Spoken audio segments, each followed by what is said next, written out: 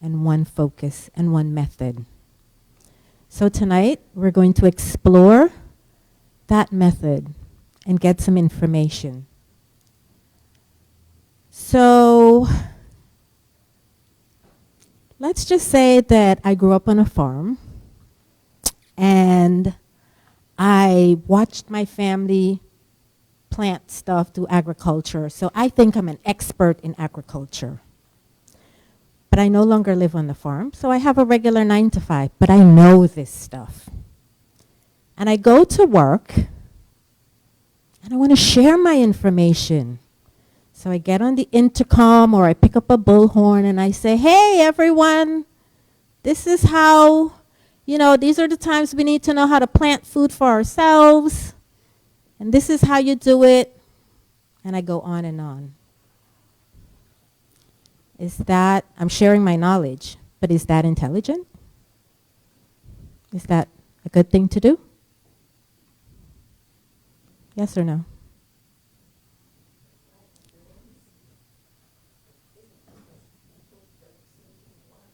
Eggs.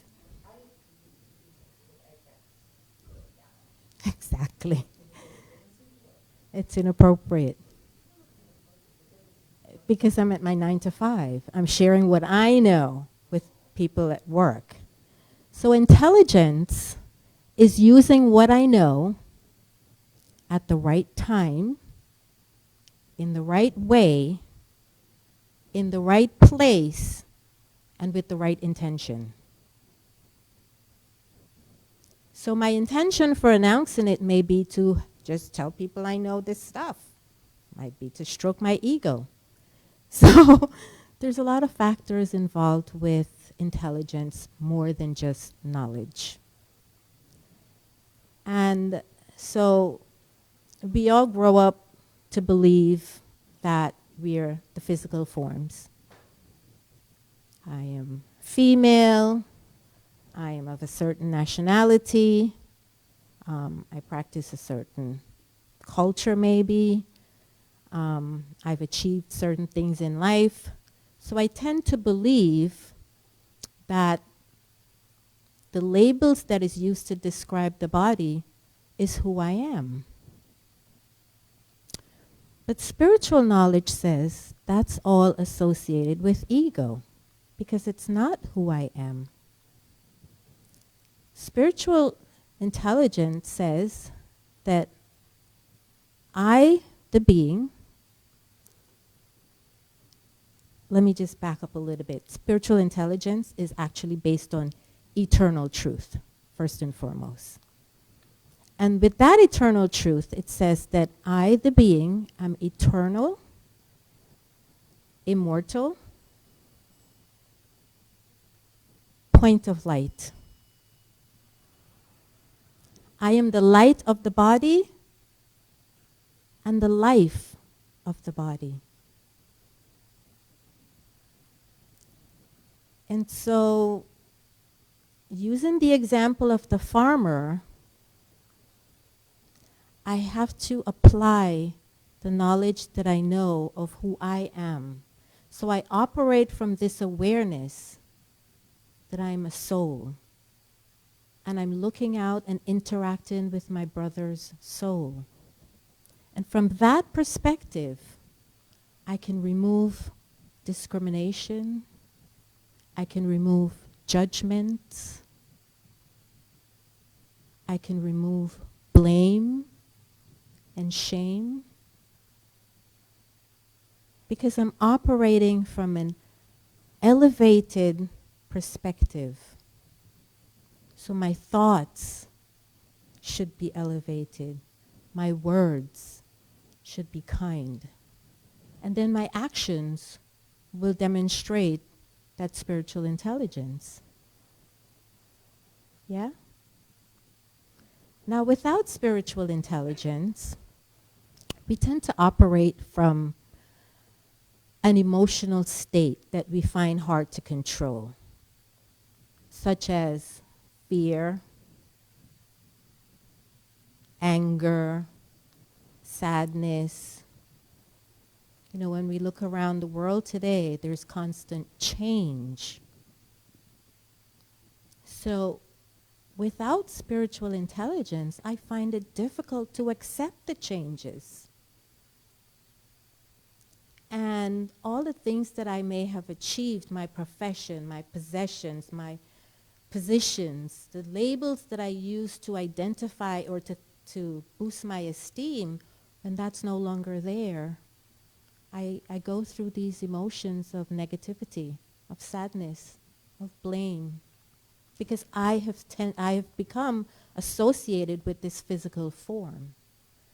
But with spiritual intelligence, I know that I am able to accept the changes of life because I'm not this physical body. And then I can make decisions, because it's one thing to have the knowledge, the information, but I must be able to make the decision, because remember, it's about the right time, right place, right intentions. So I can determine what is reality and what is illusion, what is right and what is wrong, what is truth and what is falsehood. So I'm able to emerge innate powers that is a part of the soul, this higher state of consciousness that says, regardless to the external situation, I, the soul, am constant, so I can remain stable. Because a lot of times what we operate from is the information or lack of. But with added information, we become empowered. So that spiritual intelligence is not just about the awareness, it's also about the understanding, and then it becomes the experience. So tonight, we're going to explore this topic of spiritual intelligence. Is there anyone here for the first time? Welcome. Special welcome for choosing to spend your time at the center, and I hope that you will find benefit. In fact, I know you will find benefit. So again, it's the application of the information that we have that will transform our lives. And when I am able to experience life with spiritual intelligence, then I can be in a place of peace and love and harmony. But who benefits first? No, the soul. The soul benefits first, because I can only give what I have. So when I transform, then my interactions will also be elevated from that perspective. So I would like to introduce Sister Rona. Sister Rona is our center coordinator, and by profession, Sister Rona is a doctor for many years. But even more important, she's been practicing Raja Yoga meditation for 25 plus years now, traveled extensively around the world, and is living life from that perspective of spiritual intelligence. So allow me. Welcome, Sister Rona.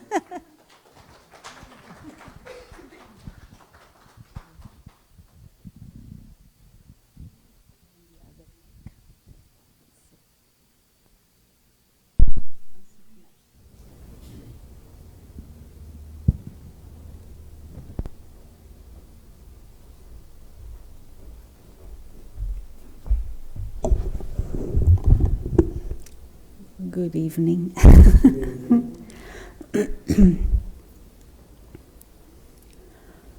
Two mics.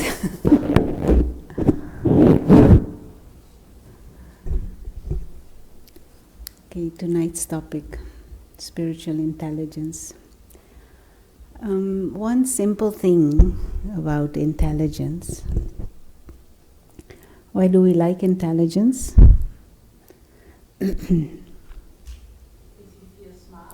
You feel smart. One thing about intelligence is it makes our life more easy. No? In all kinds of ways. If you need a cook, you would prefer the cook to be an intelligent cook rather than a not so intelligent cook, because they might burn everything, or they put sugar instead of salt, mess up the whole kitchen, a salty cake. They might serve breakfast when it's supposed to be dinner, or even a servant or someone cleaning. You would prefer someone who is intelligent rather than not intelligent, or a gardener. You want someone who knows what is wheat and what is roses, so that they don't pull out the roses and leave the wheat. Well, but even if there is competency, there need to be a certain sense of common sense. Yeah. And that doesn't mean academic degree necessarily. But even that, someone may be a doctor, but you still want him to be having common sense. So, in general, we like intelligence because we feel it makes our life easier, at least not more complicated. It should be the case. Now,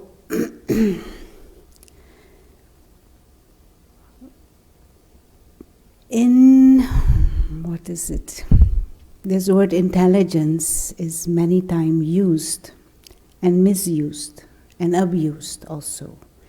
But even in the corporate world now, they are talking about spiritual intelligence. Artificial intelligence, yes, that also. But in terms of even that intelligence, we want to make our life more easy. But to be in life, leading a life of contentment, leading a life of fulfillment, it is being more and more recognized that it needs some level of spiritual intelligence. Now, you've written a list of things to be clarifying for ourselves what is this spiritual intelligence. But before we start, maybe we can start with a minute of silence. Yeah? I know some of you have been meditating upstairs, but just a moment of complete silence.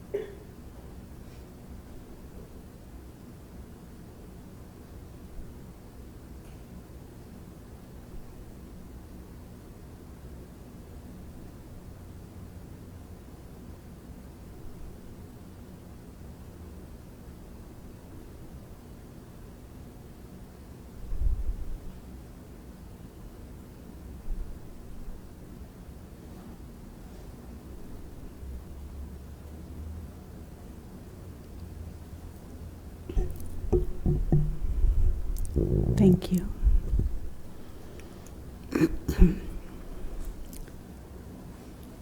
So in this minute of silence, if you were able to put a full stop, that is a sign of spiritual intelligence. In this minute, what was going on through your mind? What was happening? Were you thinking what happened today and at work and at home, what I'm going to eat later on, this traffic? If you were able to put a full stop to thoughts, if you were able to manage your mind in such a way that there was quiet and silence, that is a sign of spiritual intelligence. Now, how is it possible? How will we be able to do that?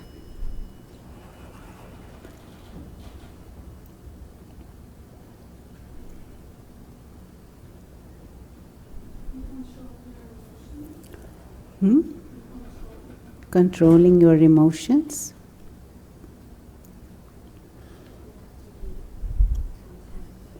You have to be content first. Focus on your breath.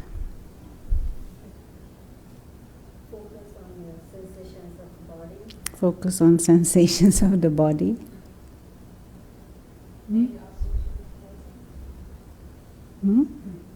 Indra? You focus on breath. Let thoughts go away. Now, first of all, we need to be able to discern, we internally be aware that I am the one who is creating thoughts. I am the one who is creating feelings. So if I am the one who is creating those thoughts, not other people or situations, then it means I can also change directions of the thoughts. That I can also choose to think of something else. That I can also choose to focus on something else. These are signs of spiritual intelligence, to be aware that there is a world out there, there are situations, there is this body, but there is a being who can choose and decide what to think and how to think. And to become more and more aware of that is a sign of spiritual intelligence. So if in this minute of silence you are experiencing yourself as a being of consciousness, a soul, and there's all this world of matter around, a spiritual being experiencing all of that, but I am this spiritual being of light, that is a sign of spiritual intelligence. That there is a physical and there is a non-physical. And the physical doesn't have to dominate the non-physical. That there is what we call life going on all around. But I am the one experiencing everything. And I can choose to think about it or not. I can choose what I think about. This is a sign of spiritual intelligence. But for that we also need certain practices. So someone who is spiritually intelligent has certain practices, certain disciplines, what to think, what not to think, what to read, what not to read, what to watch, what not to watch, to as if protect that inner world and protect that ability to think and to choose. And not to just absorb anything and everything. Sign of spiritual intelligence. Now there's another sign of spiritual intelligence, is in any situation, if you are able to see the larger picture. Now if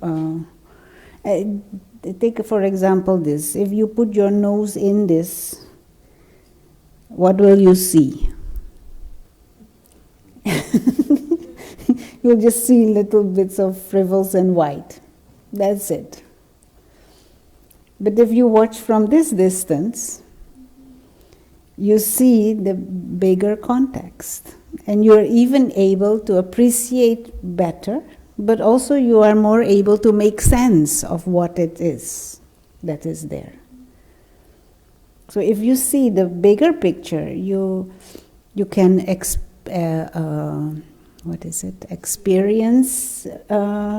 better, appreciate better, but also understand better if you're seeing the larger picture than if you put your nose right here. You might even smell something, itching in your nose, and you wouldn't know what is going on exactly. But from this distance, you would be able to know what is happening and make sense of it. So a sign of intelligence is someone is always operating and looking for the bigger picture.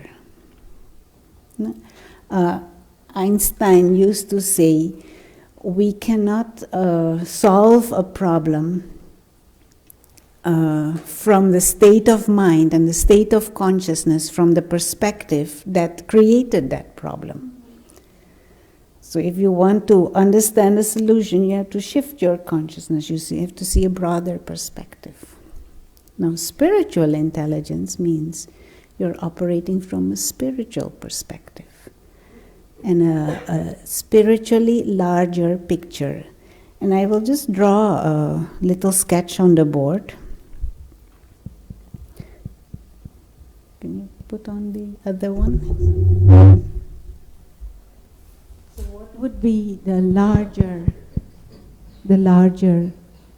third one from the left? Yeah, okay. The larger picture for this world. Now, we can apply this to any situations. I gave the example of the flowers, but also relationships, working situation, health.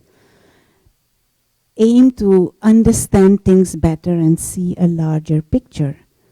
But what is the larger picture to this world? That would give us a better insight in how to position ourselves. Now, in one simple sketch that we use is there is a non-physical dimension and there is a physical dimension that exists as a theater, you could say, or as a stage.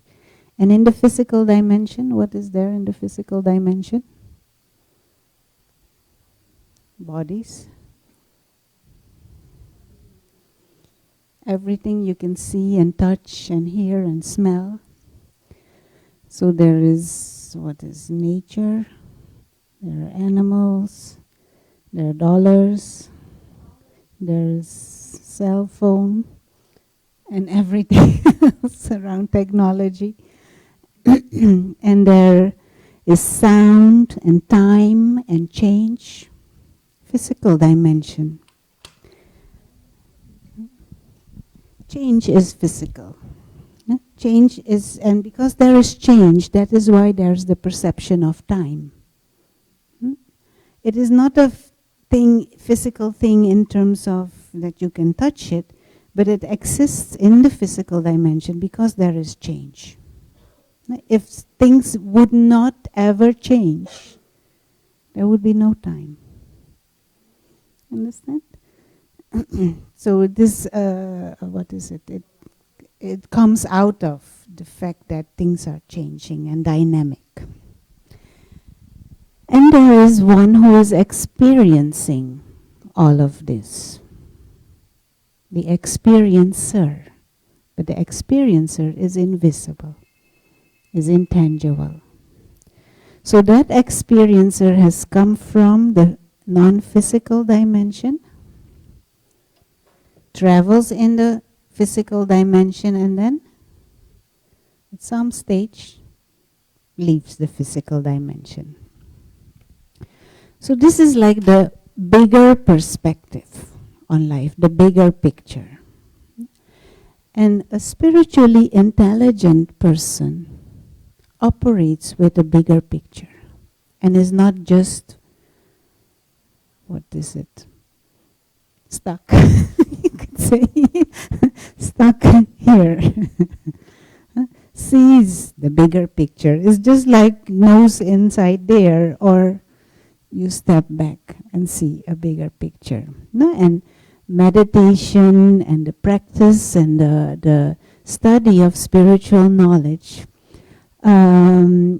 allows us to experience this non-physical part of it also, but also to understand the dynamics of this better, because you are able to step back, but to also experience what is beyond the physical.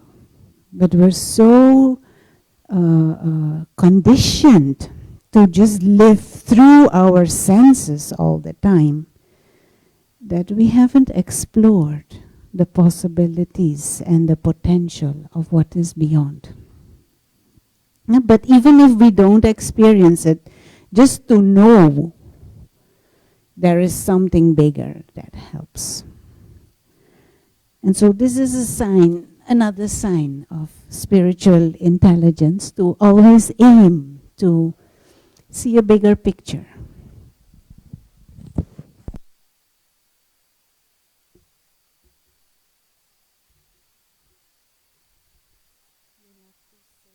Or ask anything at this moment? We have a list of 10, so I... Yes? Mm-hmm. I'm interested in the idea of a higher spiritual intelligence order. And I say that because, we're living in a world where everything is changing so fast. We're very concerned about the environment, about artificial intelligence and technology, which it seems that are being created by people without artificial intelligence and are separate from it. And so it's scary. And so there's this question of how can I believe that all of this is happening with a greater spiritual intelligence that's guiding all of this, as opposed to just at random. having no intelligence whatsoever. So the question is if there is some spiritual order or not, or is there truly an intelligence behind everything that happens? Is that what you're trying to ask? This is like No, it's not off. Well, it's not off, but to really understand this in depth, it requires a bit more than just an initial lecture.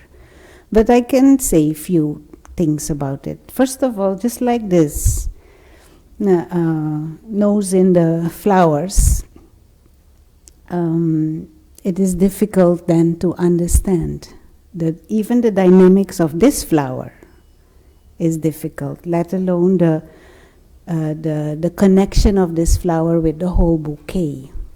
So in the same way, to understand the bigger order, or if there is a spiritual order, we need to internally learn to step back and to learn to see things in a more neutral way. Because we are conditioned to see and to judge things from that entanglement.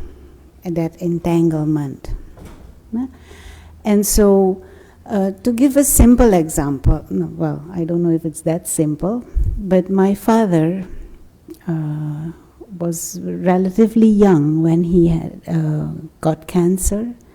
It was metastasized throughout the body. There was no time. They could not do anything.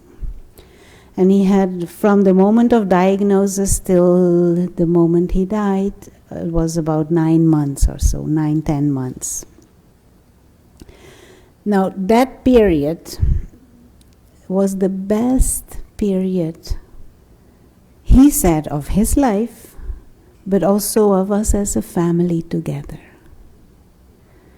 Because there was such an intensity of love and appreciation and quality of connection and quality of conversations and just quality time sharing together, that it was not possible to be sad.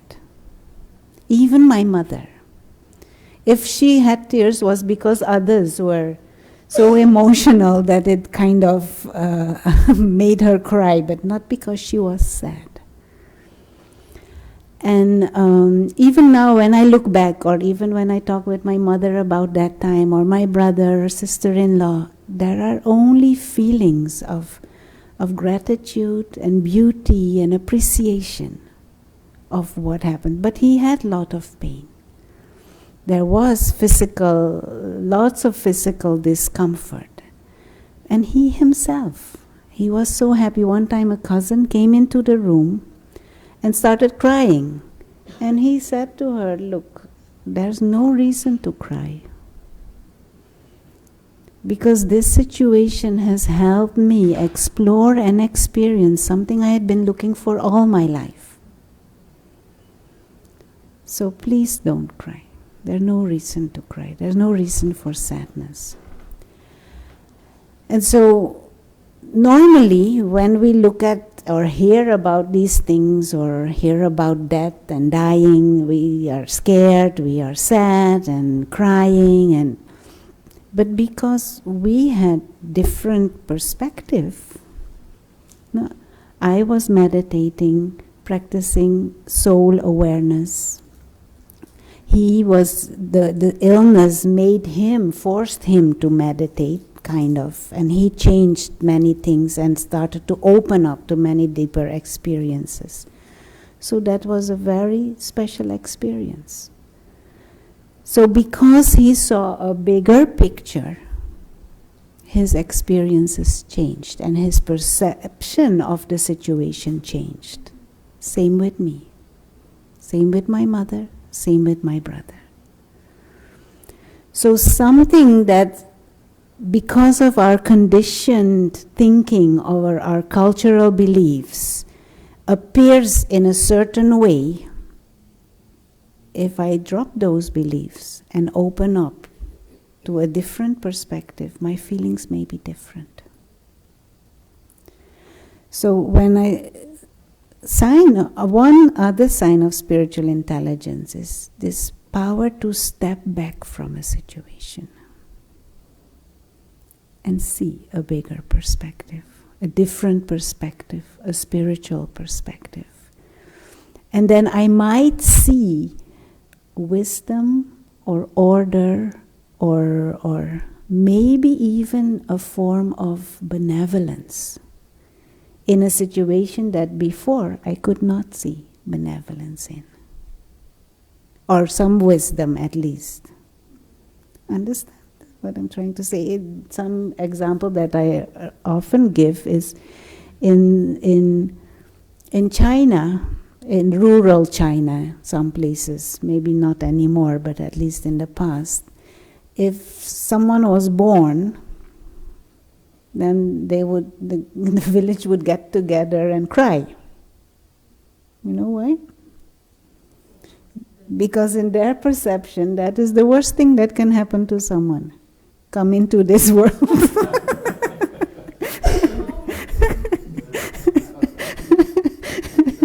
And in New York City, what do? We party. Because in our perception, this is a good thing. Now, who's right, who's wrong? It is a question of perception. But what you experience depends on the perception you have. In Nepal, when before, I don't know at the moment, I don't think at the moment so much, but before also, someone dies, they have a party, they celebrate. Because in their perception, that is the best thing that can happen to someone, get out of this world.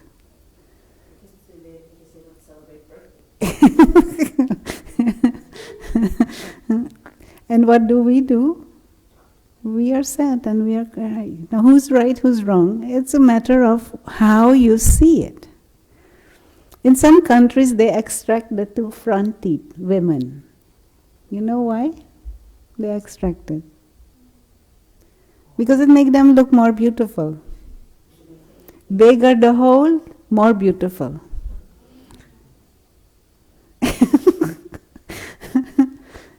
It's perceived as beautiful. Big hole here in front. Actually, where my family comes from, the more bigger you have, the more you're supposed to be like a king or a queen. So, like, I have a little one.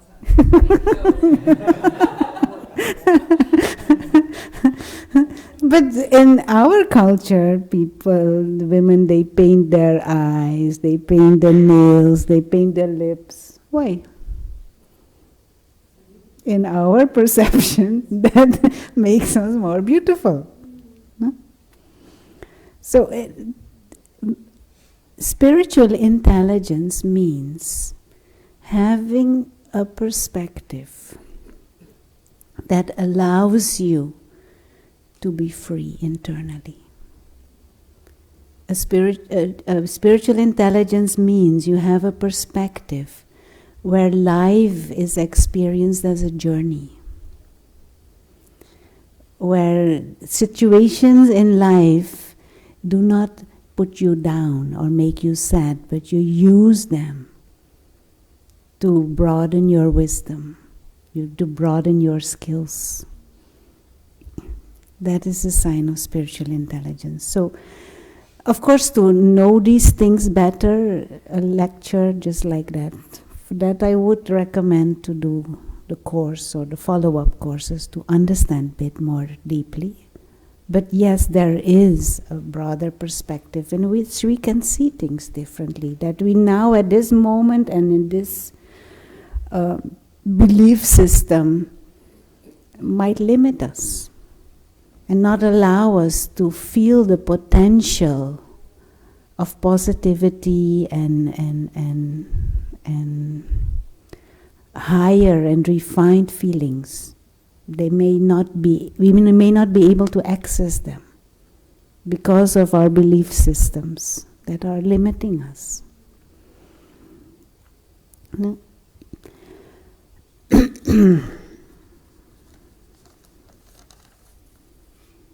Another sign of spiritual intelligence is you are led by, if someone is led by the future rather than by the past. No, so to give an example, if you interact with someone, do you interact with, say, someone a week ago or so was not so nice to you, or maybe not even not so nice, did not say hello to you. You said hello and they did not say hello. So now you meet that person again. What decides how you act or react? Is it that past experience, or is it your vision of the future where you would want to be in that interaction with that person? So if you say, oh, they did not say hello to me today, so I'm not going to say hello. Forget about this. Or you say, but I would like to at least be able to say hello. Or maybe in the future we could even be interacting in a nice, decent way. So what do I have to do to work towards that future? Exactly. So someone who is spiritually intelligent decides and chooses actions based on future instead of the past. It doesn't mean you forget. It doesn't mean you don't know anymore, but you do not let that past influence your choice of action now. Yeah? Spiritual intelligence. This is, yeah, of course. When we talk about this consciousness of soul or of spiritual being, it also means internally, deeper inside, there is the feeling of, what is the word? Being able to be zero.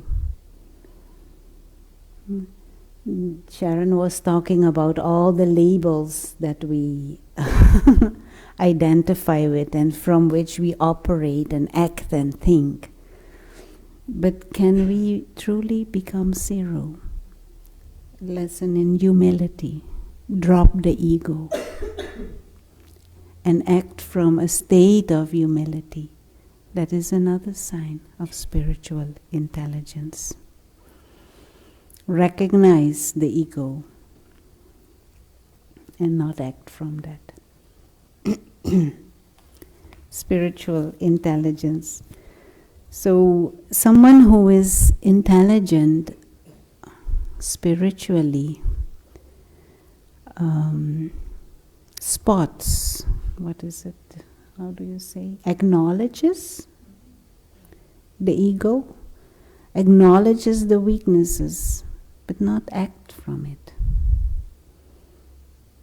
Knows that dropping it is more beneficial for all involved.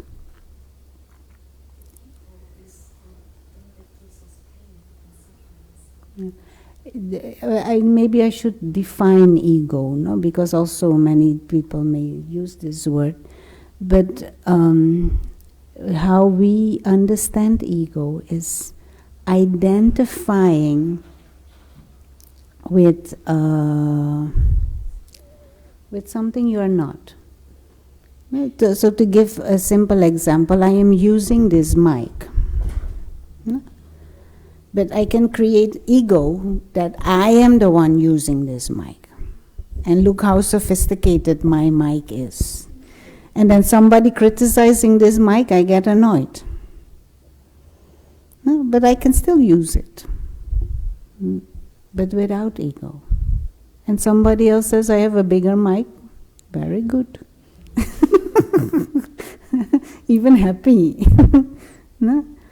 So mic is a simple example, but can be about clothes, it can be about body and physical appearance, or with position or possessions.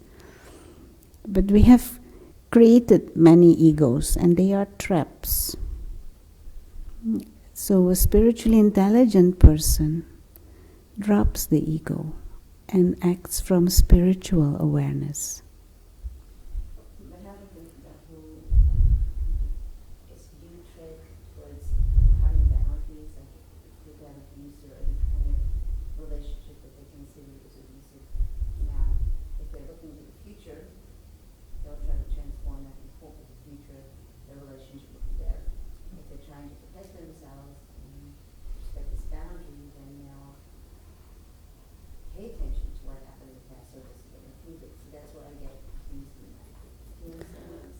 Yes, but if you act based on the future, that doesn't mean you don't want yourself to be protected in the future.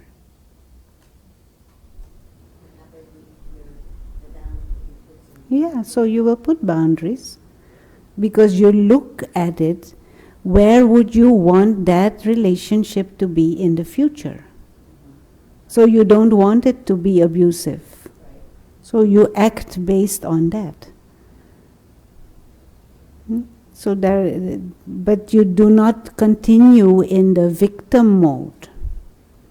You do not continue in the hate mode, or in the what is it?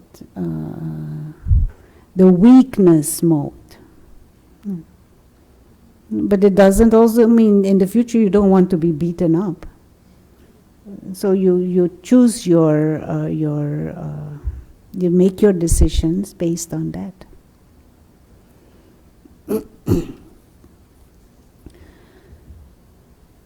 So this aspect of spiritual intelligence is that you overcome the ego. You don't let ego rule. You overcome weaknesses. You don't let the weaknesses pull you down.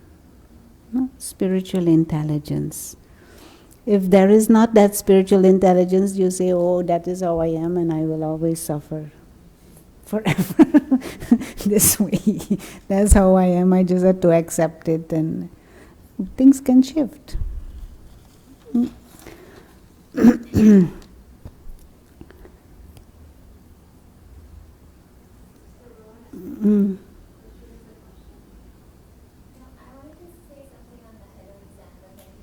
On the what example? Oh, hello. Someone says hello, yeah.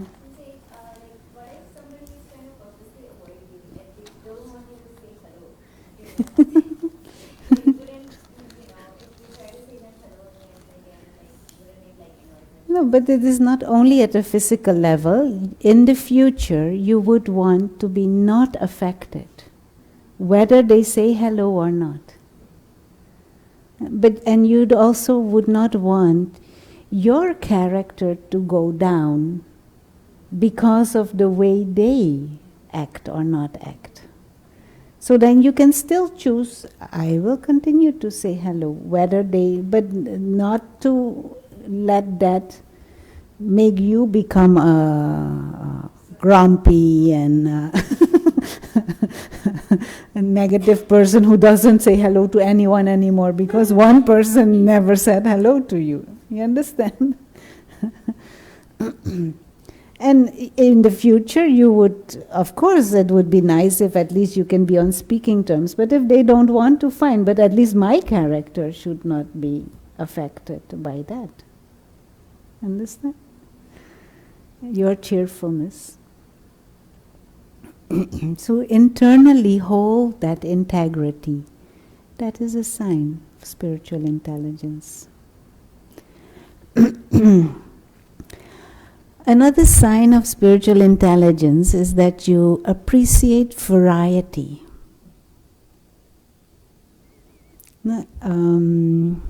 As opposed to dislike variety. Spiritual intelligence recognizes that variety enriches your life. If there's no variety, there's a poor life. If you don't like variety, if you resist change, if you resist difference, there's not always a bed of roses to deal with many different opinions and many different views and perspectives. Sometimes you sit in a room and everybody has a different saying or a different opinion. But if we are spiritually intelligent, you appreciate different inputs because what it forces you to do is you have to position yourself more clearly. You have to, what is the word? You have to be able to rationalize for yourself your position. But also, if other people say things, it helps you strengthen your thinking. It either enriches it or you become more clear what exactly you are about. No? In terms of opinions and ideas. And so a life where there is variety of personalities, a life where there is variety of opinions, a life where there is a variety of skills, it enriches life. It enriches your life. So to appreciate that is a sign of intelligence. Yeah. Another aspect of spiritual intelligence is someone who is spiritually intelligent is how they treat their enemies. How do you treat your enemies? No, in our how do you treat your enemies? You lock them up. You take them out.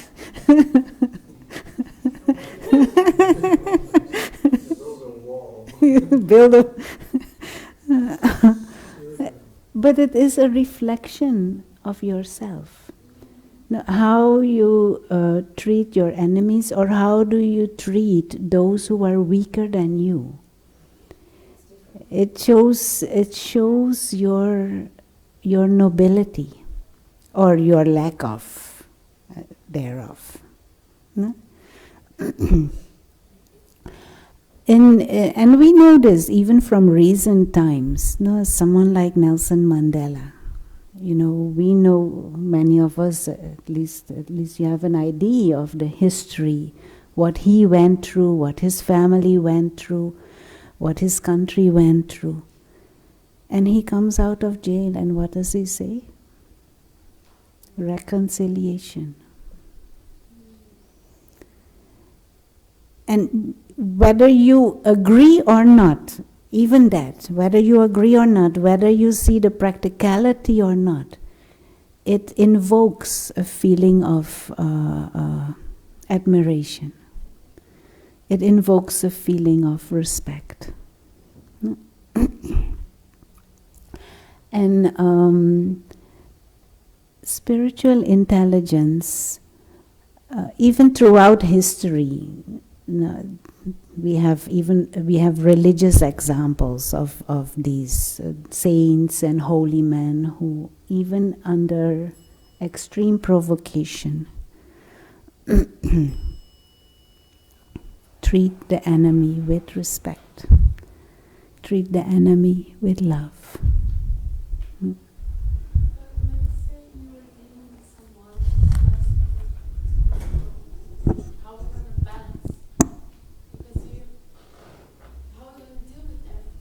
No, it is the same question she's asking. It doesn't mean you don't stop.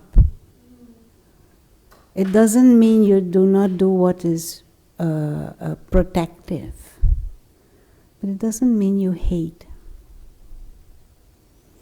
And you address the good in them instead of the bad.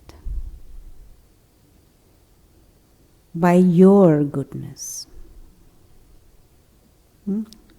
That was a whole controversy that happened, which I think politically, when other people treated our prisoners certainly, but when it came to light that we treated other people's prisoners in a less than noble way, it threw off the whole identity Of we are so good.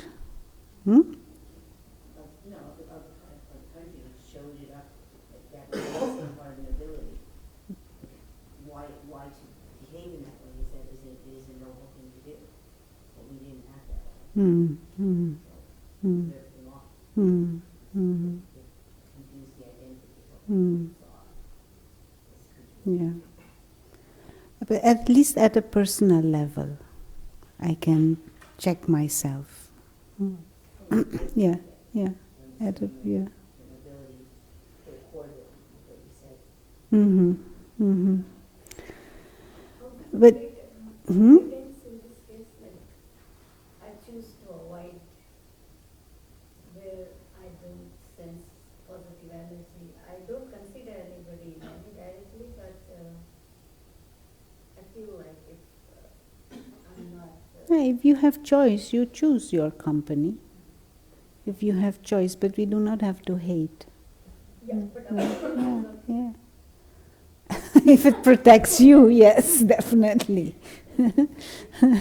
But even there are stories of in the ashram of Gandhi. The people living there were not allowed even to criticize the oppressors. They were not allowed to make fun of them either.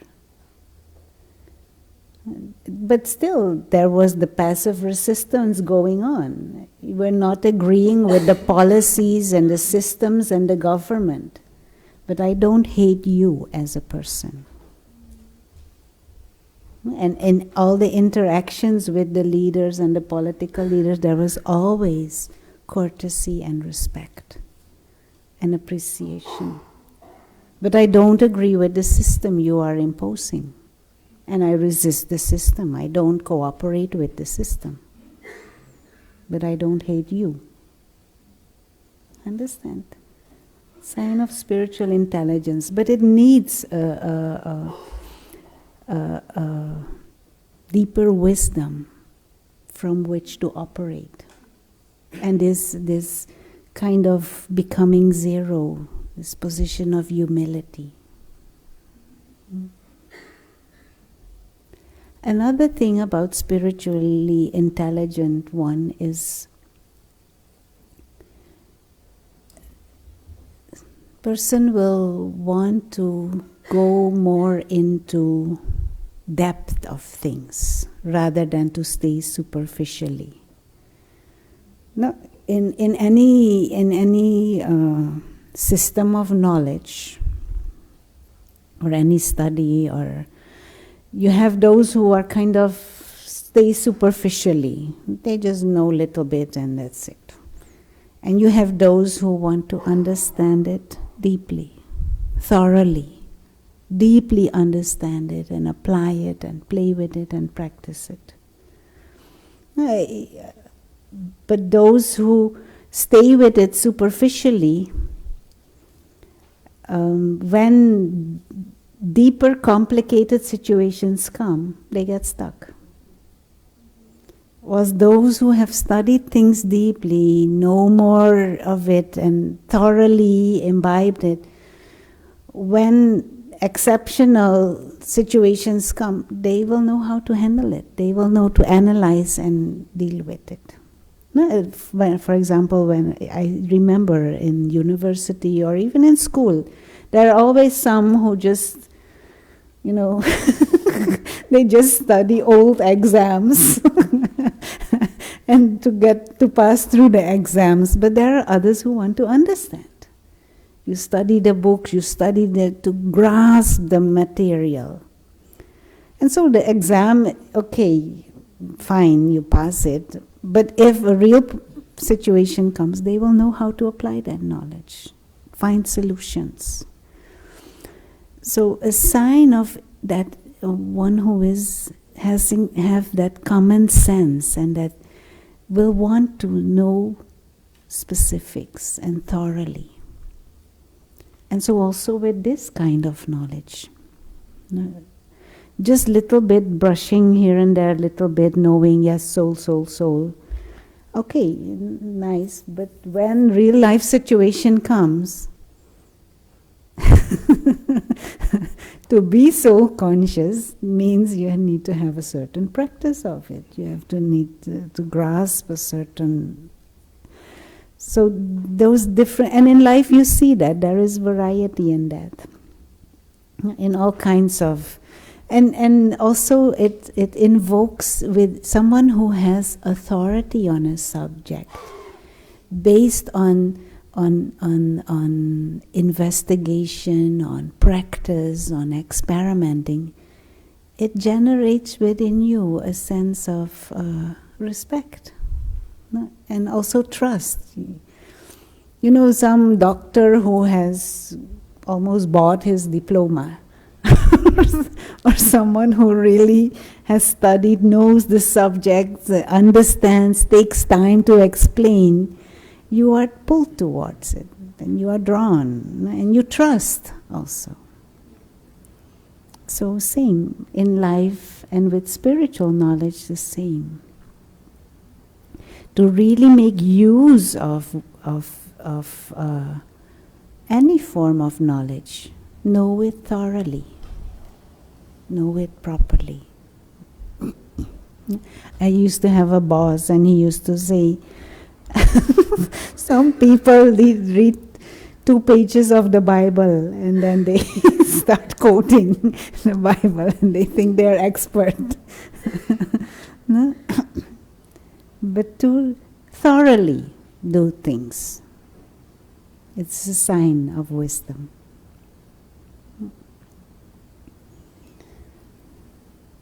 Let me see. And is there anything else?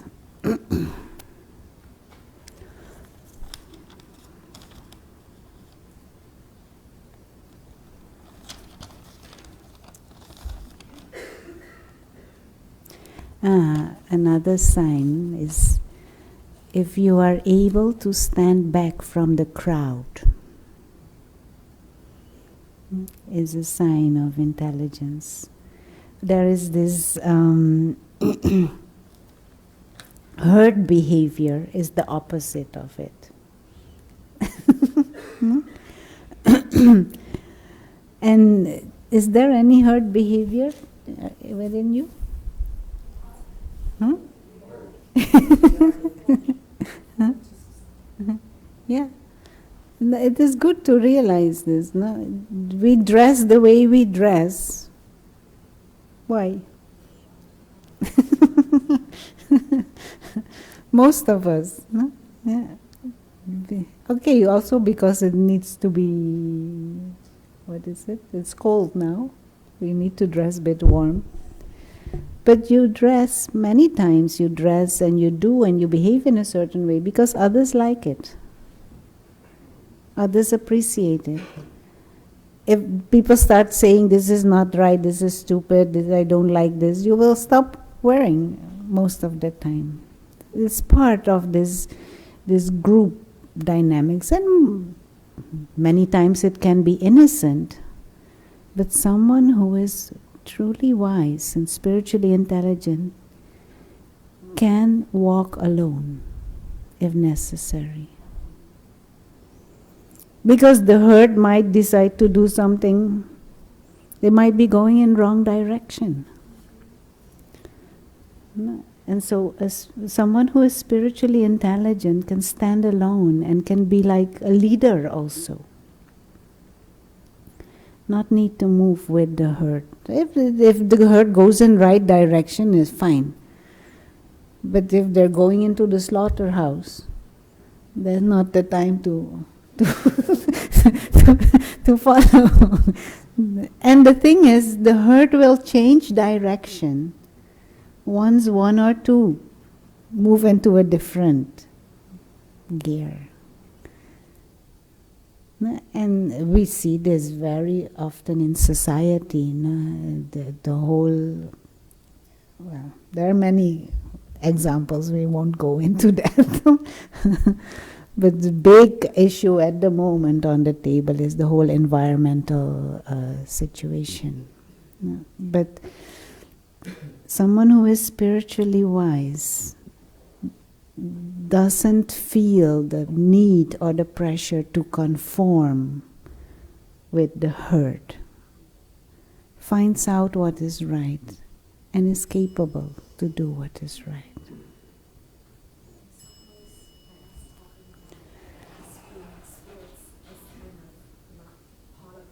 Yeah, yeah, yeah, yeah. You get criticized or made fun of. Yeah, yeah, yeah, yeah.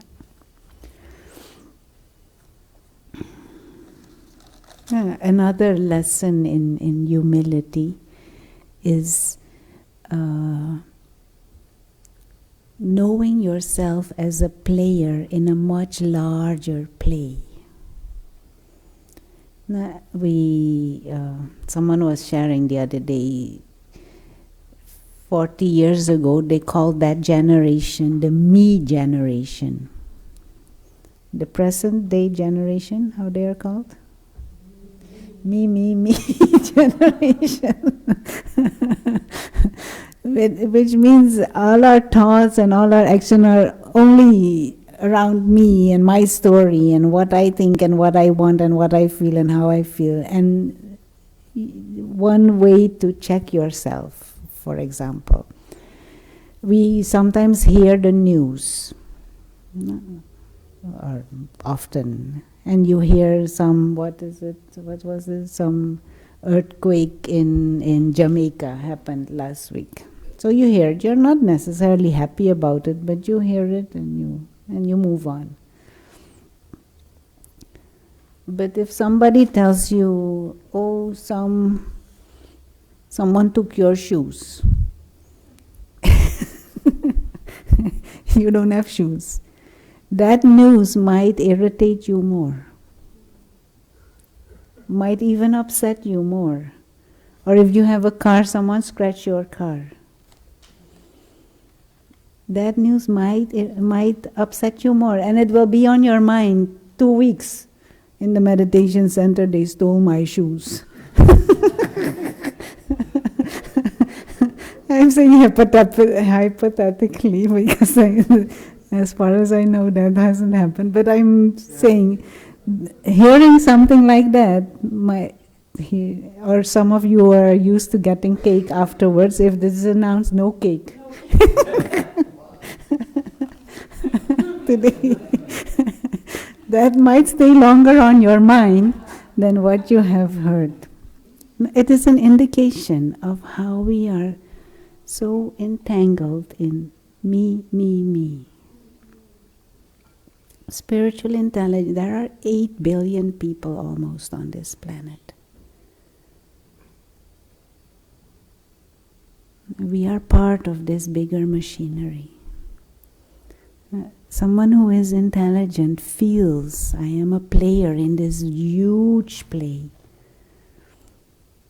and is happy with others around. But this ego doesn't like this. The ego feels crunched and scratched. Contribute, but not me, what was the thing? Me, myself, and I.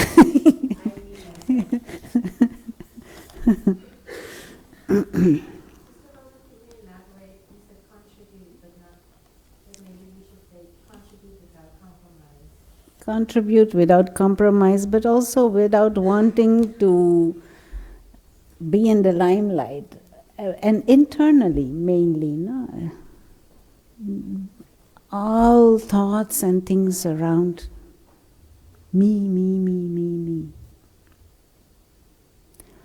We suffer more if we zoom out and see, and then see other people really appreciate our situation. Yeah, that also. Yeah. There are a few more, but time is finished. Maybe one last one. Someone who is a sign of spiritual intelligence is one who is able to learn from mistakes, able to learn from setbacks, able to learn from sufferings or pain even. No? Do not let it push you down, but change negativity into positivity. Now, again, a bit of a worldly example, but not necessarily. Nelson Mandela was in jail 29 years. But when he came out of jail, he was stronger and wiser and more powerful than when he went in. So he used that time to work on himself. He changed the negative, he changed the challenge into an opportunity, and came out a stronger person, wiser person. This is just the example coming to mind, but in any situation, if there is a difficult situation, someone who is what? Loud-mouthed, always challenging you, saying all kinds of things. Now we can run away from that. We can hide from that, and sometimes we need to do that in order to not be completely bashed up. Or we can use that situation to internally develop the power to face, to learn to speak punctual, accurately, say where to stop, where not to stop.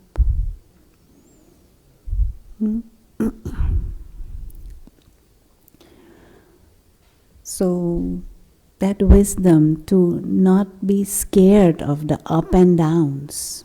Anyone's life, there will be situations.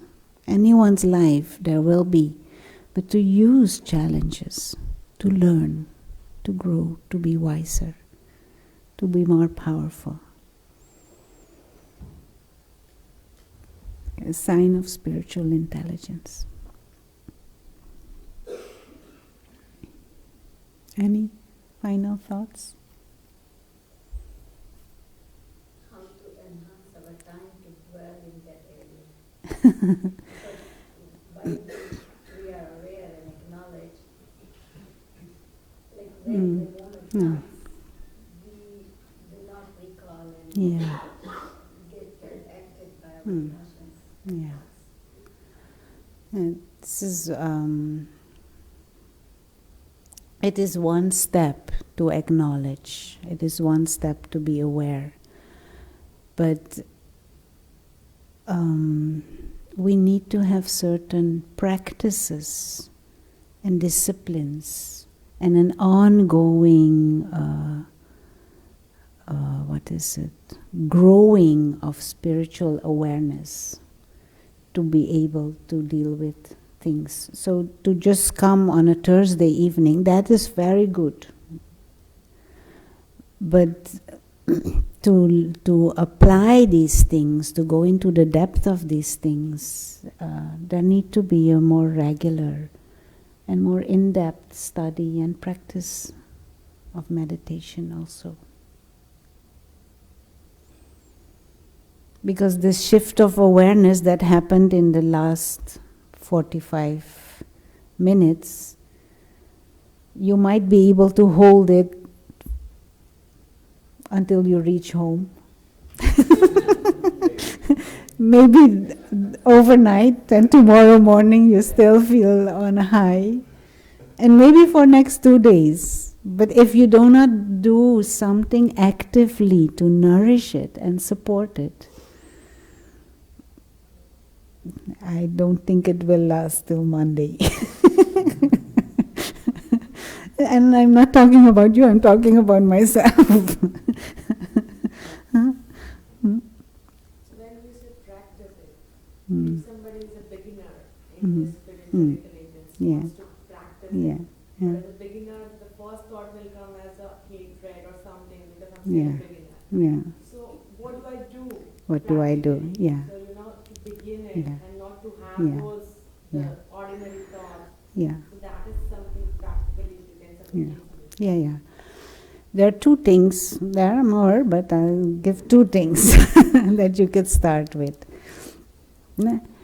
Every day, in the morning and in the evening, take 5 to 10 minutes for meditation. And if meditation scares you, just silent reflection. And try and grasp this concept. There is this body and there's this whole physical dimension, but I am the experiencer, invisible being of consciousness. You could also say invisible traveler. And try to understand that a traveler or a guest is experiencing all of this, but all of it will end and I will continue to exist. And try to get a feel of that perspective. And the innate nature of the real self is peace, is freedom, is purity. And spend time in the morning and in the evening, 5 minutes, to emerge that awareness and to get into those feelings and experiences. And if you want, on our websites and on our Facebook page, there are lots of short and longer meditation if you want to use those in the beginning. That is one thing. Another thing is, during your daily life, with some regularity, remind yourself that everything is changing all the time. Nothing will forever be like that. And practice in your daily life also. The inner being is a guest. We are travelers. Things come and go. Let me take from that situation something useful, something valuable. Or maybe not take anything at all, just give. Just give. That is another sign of spiritual intelligence. People who are intelligent, people who are happy in this life are givers, because they have the nature of giving. And giving doesn't need to be physical all the time, but also just through a smile or through good wishes. So in their daily life, try to shift this thing around. Instead of needing and wanting and begging and demanding and expecting, no, just observing. And maybe here and there a drop of peace and a drop of love. But observing. 2 things. If you want 2 more? Okay. Yes? Every day, remind yourself of 3 things to be grateful for. 3 things every day. The simple example is, this is a miracle. Your eyes are miracles. Your ears are miracles. Every morning in the morning you wake up. Something that I often say, the subway system is a miracle also. That is the 3rd thing, if you want to do. And the 4th thing is experiment. And if you're really courageous, you bring it down to 0. Television.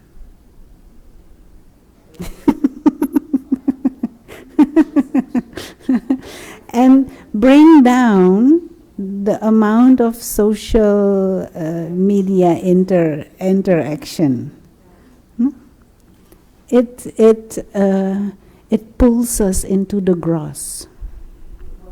It pulls us into gross experiences. Gross. Yeah. As opposed to subtle. Our own creativity of thinking and higher refined experiences and emotions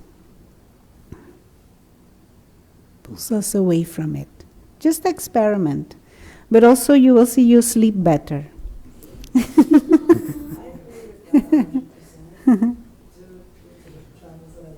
Yeah. You don't have television, Yeah. for the most part, Yeah. right? And so you're not contaminated by all of the nonsense Yeah. that comes through it, and you kind of focus Yeah. on. Sorry, one moment. Can you make sure everyone gets totally? Michael? Yeah? No, I was saying, Yeah. due to my Yeah. travels, I don't have television, Yeah. once I leave. Yeah. Yeah. And so you really find something more constructive to do with Yeah. your mind, Yeah. versus the time you waste going through phones and Yeah. social media and all of that. So I'm 100% with you, and I do believe that it's staying in the awareness. Mhm. Once you start to put in the hard work around, knowing that if you could apply the spiritual intelligence Mm. and do away with the default action is to go to the ego part of it, right? Mm. But when you start applying the spiritual intelligence, you kind of see that it's much more far-reaching. You get to better solutions. Mm. You don't get so emotional about things, and then you start to protect that. Mm. Because that level of effort you start to put in, you don't want to do away with it anymore, Mm. right? So I agree. Excellent. But all of this also experiment with it. These are suggestions, and I can share from my own experiences, but it is more valuable for you if you also have your own experiences with it. But these are some suggestions. Okay, let's close with a moment of silence.